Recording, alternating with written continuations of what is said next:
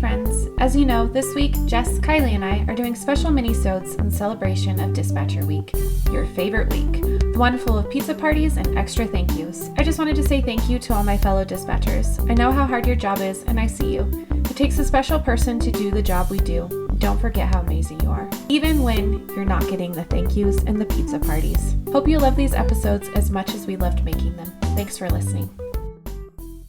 These are going to be a little bit fun. The first one that we're going to talk about today is, what is your favorite frequent flyer story? I'll go first. Yeah. My favorite frequent flyer story was my very first few months. I got to go on a ride along and I met one of our frequent flyers in person. And the guys were so excited that they actually got a call with her and I was going to get to go meet her. And she was having a issue. She thought somebody was in her house and they weren't. And she offered us soup, but the soup had clearly been sitting out on the counter for a couple of weeks because there was a nice layer of mold on top of it. And we how were nice both like, of her. No. Yes, we were like, no, we don't want your, we're full. We don't need soup. And then one of the officers said, no, ma'am, this soup is clearly old and you need to get rid of it.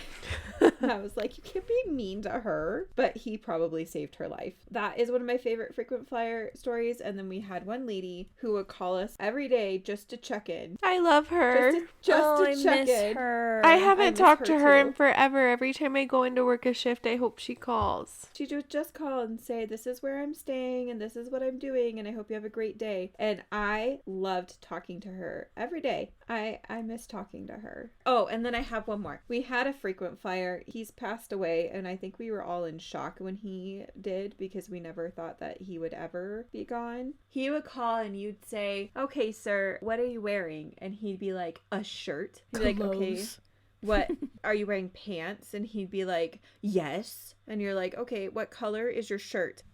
I don't know. Red. I'm wearing clothes. And then you'd ask him, where are you?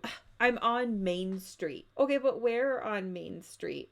I'm on Main Street. I'm sitting on the sidewalk. You'll find me. No, what's the cross street? I'm laying on a couch in the rain and you're not helping me. He'd be difficult, but it was always, you knew when you started asking harmless. questions. Yeah, it was obvious, harmless.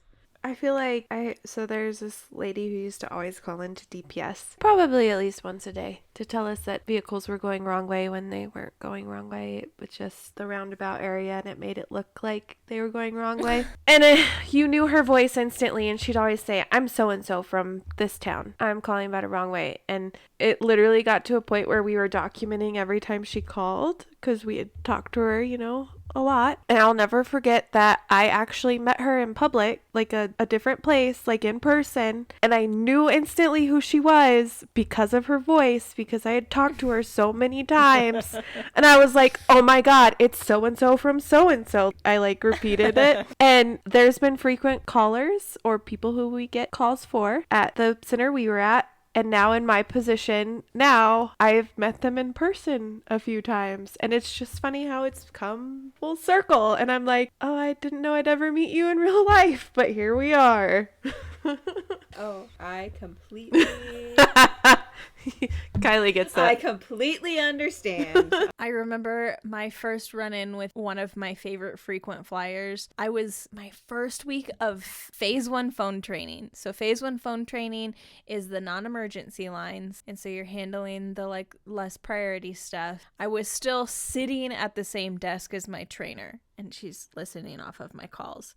I, of course, didn't recognize the woman's voice. But I answer the call and my trainer does and she stops listening and she just goes, you can handle this, you're fine. And this was maybe my 5th phone call ever. And so I'm so nervous. And so I'm going through doing my little trainee thing, unsure of what I'm doing. And this woman was calling to say that someone broke into her house. And she knew that because she had taken the batteries out of her clock and they broke into the house and put batteries back in her clock. And then the money that she had in her coin purse that she was going to go buy a beer and then go to the movies with, her quarters were gone and they were moved to her bathroom. bathroom. And she's my favorite frequent flyer. She's so... Is she everybody's favorite? I think so. Yeah. You can't say okay, because that's for Oklahoma. Mm-hmm. So anytime you're like, okay, sure, we'll get somebody out there. Okay, Oklahoma. Oh, shoot. Okay, I can't say that. Alrighty then. She would... Yeah, right. I understand. She would also get into kicks where she would spell. The second time I ever talked to her, she would talk so fast. And she'd be like, are you on your computer? Are you looking at your computer monitor? MONITOR. And I was like, what is happening?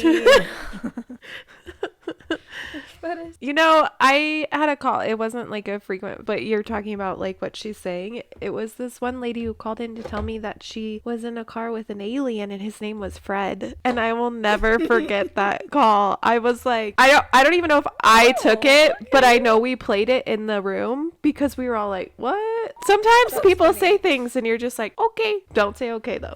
Don't say okay. Jess, was I working with you that night when that one drunk lady called in and said she got an Uber on Snapchat? Yes. And then she said, oh my gosh, you're such a bitch, and then hung up on me. And I was like, ma'am, I am just trying to help you. And I was like, ma'am, that's not how Uber works. It's not how any of this works. Yes. The one that you were talking about, Kylee, that would call in to check in, I so enjoyed talking to her every day. And there was times where not everybody enjoyed talking to her. There are some people that just kind of don't have the patience to handle something that needs a little different care. But anytime we would get her, sometimes just to have a conversation with her, she's gonna go to her friend's house and then they're gonna go to the laundromat and then she's gonna check in here and then she might, stop over here. And I remember it was because we all were still working together peak COVID when COVID hit. And she would call in and she'd be like, my friend said that I can't go over and do laundry because they say that I have COVID and I know that I don't have COVID. And I was like, it sounds like you don't need them to be your friends anymore. You need better friends. You could just have an honestly good conversation with her. She responded so well when you were nice to her too. Like she'd call in, hey, it's so-and-so. Hey, so-and-so, how are you doing today? You could just tell that sometimes she was on guard,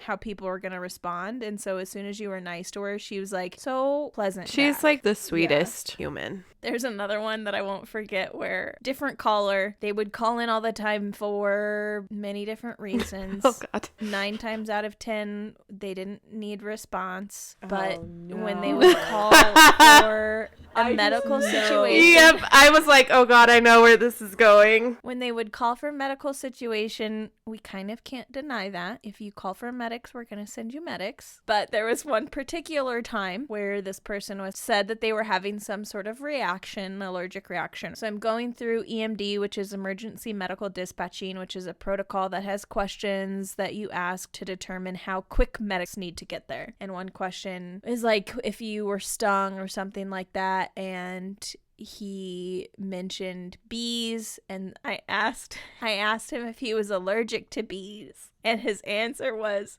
well, I don't like them. And it's my favorite. I just that's not the answer. I don't either. But I'm not allergic. That doesn't. Well, I don't like them. That's great. Are you allergic to bees? I don't like them. Cool, me neither. Are you allergic?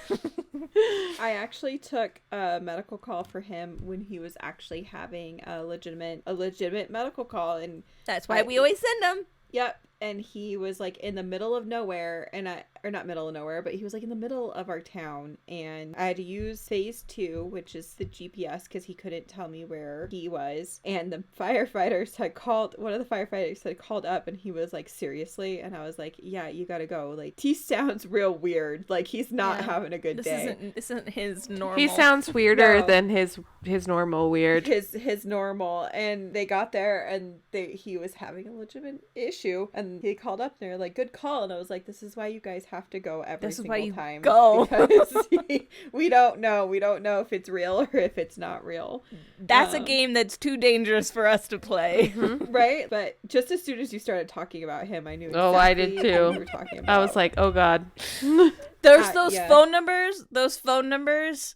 on non-emergency, when we got to be able to see the phone numbers coming in, where you would look over and you'd see it and you'd just be like, ugh. And you'd be like, can someone else answer this, please? They're great. We'll move on to our next one. Okay, let's see. Yeah, so what future tech do you wish was a real thing? So, things from movies or something that you wish that dispatchers Teleporting. had available. Oh, I was just going to wish say you I could wish radios teleport. worked. Ouch. Yeah. I wish that you could teleport an officer somewhere, like Star Trek, where you could just teleport and when they say just get here and they just show up. That'd be great. And they'd be there. The driving aspect would be gone. I also wish that, like you see in movies where they're like typing all fast and they can see the license plate real clear, or they can see like instant, like somebody says, I'm in the parking lot of Safeway, and then they know exactly what Safeway and exactly where they're at in that Safeway parking lot in like 2 seconds. Yeah, I wish that was real. I wish, which this is probably something that will happen in the future, I wish we had access as soon as they turn on their body cams. I wish we could see that. That would be cool. That'd be really cool. So we could know what's going on. Yeah, because that way, there's certain protocol we have to follow as dispatchers where certain priority calls, 3 minutes in, you have to check code 4. You have to make sure your units are okay. That was what we did for our center. If you've got a high priority situation or something like that, and you know that they're busy on scene, you check code 4, they don't always have a hand or opportunity to touch their radio and say that they're code 4. This way, I can just look and see what's happening, or you hear scuffling or something like that. You can tell, if they're in a foot pursuit and you can't understand what the description is because they're trying to breathe over the radio, you can say like, oh, I can see from your body cam the guy's wearing a white shirt and black shorts. But you can tell if they're in a fight. You can tell like what's going on. I think that would be really helpful as far as like keeping communication and lines clear between patrol and dispatch. Yeah, that'd be awesome. I also really think that it would be cool, like kind of going off of what Kylee said, using the like super high-tech satellites that get the live image of like a property or something, so you could like where they are typing really fast and they can zoom in and it's like bloop, bloop, bloop, and you can see like what the parking lot looks like and you're like, oh yeah, there's that person right there. I wish our maps worked and then we could get the high-tech satellite maps. You mean you wish you had a map that wasn't 5 years old because the map update actually happened regularly? Yeah. I don't know.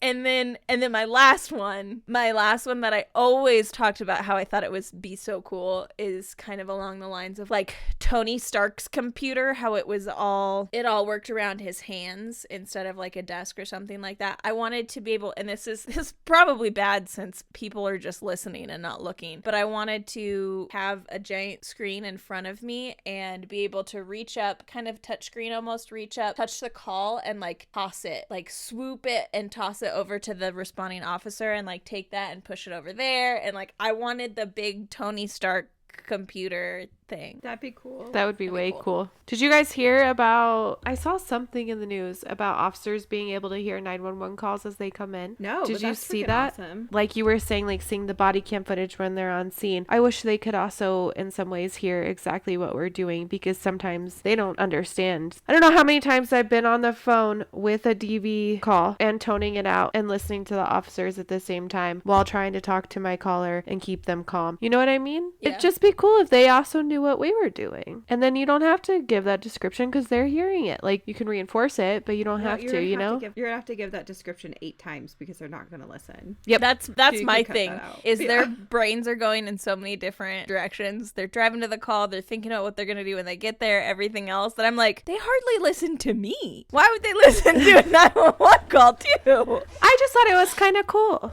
that they're It's doing very that. cool. It is really It's very cool. That's really awesome. On that note, maybe they need to Yeah. make like, I don't know, hearing aids that make them actually pay attention to you or something. Yeah, I've had calls like that where you're giving them a description and they ask for it like 8 times and I'm like, it literally hasn't fucking changed since the last time I said it, but okay, here you go. Or you air the information and then they come back directly after and ask for something that you just told them about. Wait, you know what my favorite is? Is when you're like, I have a vehicle fire here, blah, blah, blah, blah, blah, blah. And then they're like, did you call fire? Is fire en route? What is your favorite dispatch week memory? So my last year there as for dispatch week as a supervisor, I actually wasn't even going to be there. So I was going to be on vacation for dispatchers week, but I still wanted to help out. And one of the things we wanted to do was to do like a, not quite a scavenger hunt, but it was like we had, the group was broken up into teams. And the teams had to try and collect a suit of cards. We had playing cards, and each team was given a suit. And how we were going to do that was different people throughout the department were going to have a card, and it was to encourage dispatchers to like go and like talk to other people outside of dispatch. And we had come up with that idea, and the only thing we needed engagement from people outside outside of dispatch. And I was really nervous that we weren't going to be able to pull it off because we had kind of been given the impression that we weren't supported a lot of the times. But I was hopeful. I reached out to certain people that I knew were friendly with dispatch and things like that. So I sent out an email and I explained everything that we were doing. Hey, I was like really trying to be delicate about it. Like, listen, all you have to do is have these cards at your desk, and if somebody asks you for them, you can just give them out. That's all you have to do. And I was shocked by the positive response that I got. So I sent out the email, hey, dispatcher week is coming up and this is what we want to do. We're hoping that you'd like to be involved. And I didn't get a single no. There were some people that didn't respond to my emails, but that's pretty typical for the people that didn't respond. They don't respond to any emails. So it was overwhelmingly positive back. And not only that, it was like,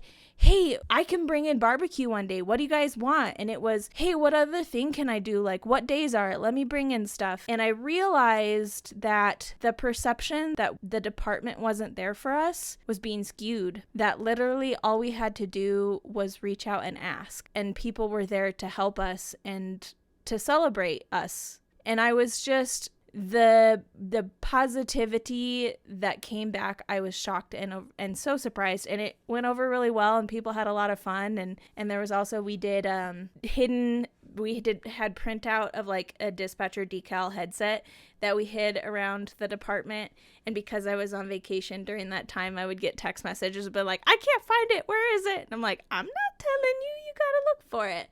Or it was like, I can't find, who has the queen? We have every card except the queen's. Like, I'm not telling you. I remember I could not figure out who had the queen for my group. And finally, our deputy friend, like, gave me the hint, but it was too late. We had already turned it over. And I was like, you're a jerk. He's like, Kylee, I had been telling you, like, all week. And I was like, no, in your head, you had been telling me all week. But your hints sucked. Like, they didn't make sense and I didn't get it. Your hints were bad hints. They were bad hints. I think my favorite dispatch week, wow, there was a lot. There's a lot of dispatch week. One year, I think that was one of my favorites, was like the scavenger hunt. And then one year they did it where we had to solve a murder. That one was really cool. And then I think I can tell you the one thing that I hated was what our old comm manager would make us do, was writing those trikes. Because we used to have to write them through detectives, and we would do it when they were working, and I used to feel like so bad that you had all these dispatchers crashing into the wall and writing through detectives while they're like talking to some victim's family, like, doing casework. Yeah. But I don't know, dispatch week was always fun. And once I became a supervisor, it was like a little bit more fun because I got to, like, you get to help plan it and put it together and talk to everybody about it. And I always wanted to put like a little extra, like 110% into it instead of just like 100%, so that it was just a little extra special that week for everybody. Because again, appreciation, right? And it's actually a week meant for dispatchers. So I think the scavenger hunt last year was a lot of fun. I had a lot of fun doing that with the pictures and writing notes and leaving them for people, like positive notes and stuff, and then taking pictures of that. I thought that was really cool. We didn't really do dispatcher week at DPS. Like, we didn't do anything fun. So it was kind of cool when I switched over to do fun activities. We did have one year where we had to come ride those trikes with you guys, and I was wearing a dress, so that was horrible. Oh no. But I liked when we played the Wii game against each other. That was cool. I remember that. That was the year that we did the tricycles and the drunk goggles, and I remember being told it was optional, and if I didn't want to ride the tricycles, I didn't have to. And then I got yelled at and I was told I had to because I was on a team. And if I didn't do it, then my team wouldn't get the points. So then I remember riding that tricycle as slow as I could around this track just so I didn't crash into anything. And my comp manager was so mad at me. She was like, "You are such a brat." And I was like, "I know, I got to go back to work though." So I think I was pregnant that year too. So I was pregnant and wearing a skirt and wearing sandals. oh no. And we didn't even know. I think your comm manager called over and said, "Oh, can you guys come over here?" And they were like, "Oh, send Brittany and some other person." And I was like, "No, I don't want to go." Don't wanna. I don't want to go. I wear a skirt today. Yeah. To all you dispatchers, thank you for what you do, because we know how important you are.